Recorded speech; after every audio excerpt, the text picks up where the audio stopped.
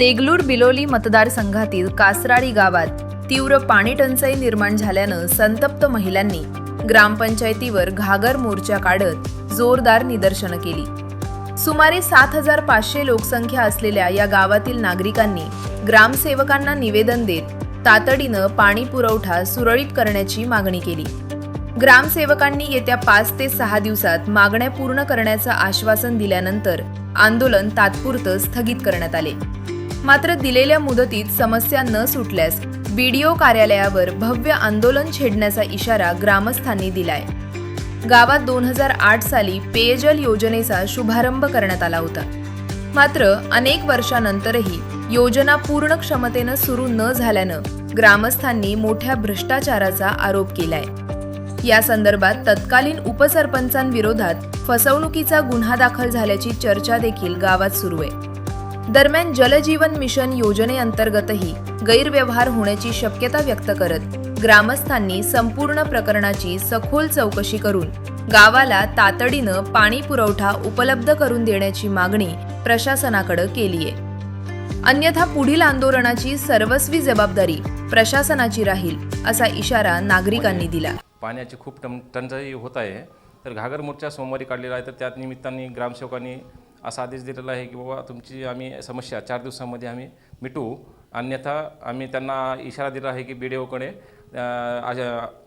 मोर्चासाठी बसू आम्ही। आणि पाणी जे दूषित यायलं आहे त्यांचं पण त्यांनी हे करू म्हणले आपण।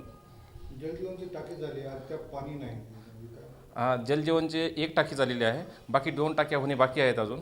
जलजीवनमध्ये अजून म्हणजे पूर्ववत अजून काहीच चालू झालं नाही। जलजीवनमध्ये अजून काहीच चालू झालं नाही। यापूर्वी देखील विविध योजना राबवण्यात आल्या होत्या, ते सक्सेस झाल्या नाहीत। यापूर्वी देखील मागे 2008 साली पेयजल जल योजनेचे बद्दल झाले होते, पण ते सक्सेस झालेलं नाही आहे।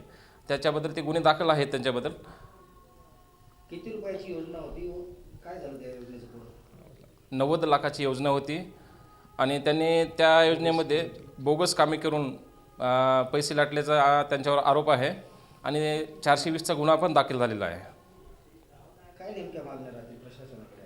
आता नेमका मागण्या अशा आहेत की आमचे जवळपास उन्हाळा चालू आहे, पाणी नसल्यामुळं आम्ही ग्रामपंचायत मागणी हेच करणार आहोत की बाबा पाण्याची व्यवस्था आम्हाला करून देण्यात यावी तात्काळमध्ये। सध्या गावकरी पाणी कुठून घेत आहेत? गावकरी आता सध्या 1-2 बोर आहेत, त्या बोरचं पाणी टाकीमध्ये घेऊन नळाला सोडत आहेत पाणी। पंचायत कार्यालयावर महिलांचा भव्यदिव्य असा घागर मोर्चा पाण्याच्या टंचाईमुळे काढण्यात आलेला आहे। गेल्या 1-1.5 महिन्यापासून नळाला अतिशय दूषित पाणी येत आहे आणि या 8-10 दिवसामध्ये बिलकुल नळाला पाणी नाही। एक खाजगी बोर होता, त्या बोर नादुरुस्त झाल्यामुळे त्या ठिकाणी ग्रामपंचायत दुर्लक्ष करून त्या ठिकाणी बोर दुरुस्त करत नसल्यामुळे महिलांमध्ये पाण्याबद्दल अतिशय तीव्र नाराजी होती। त्या नाराजीतून महिलांनी संघटित होऊन गल्लीमध्ये एकत्र जमून आम्ही सर्वांनी मिळून ग्रामपंचायत कार्यालय कासराळीवर घागर मोर्चा काढण्यात आलेला आहे। मला या ठिकाणी सांगावं वाटते की गेल्या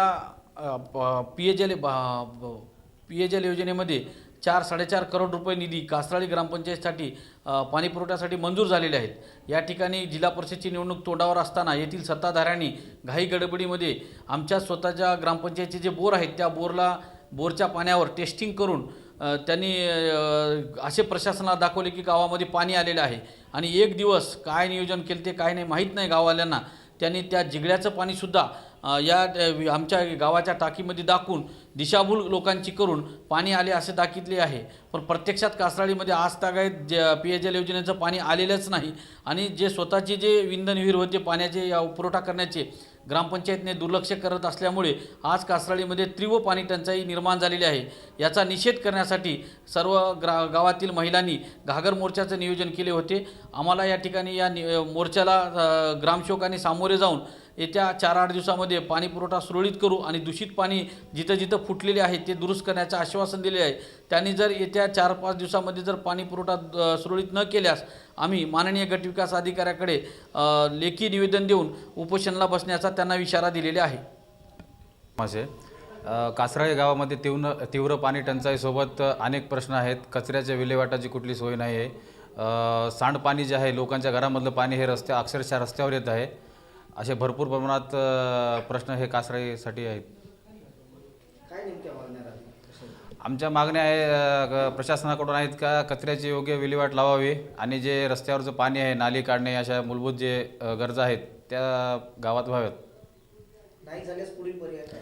नाही झाल्यास BDO कार्यालय येथे उपोषणाचा इशारा आम्ही दिलेला आहे.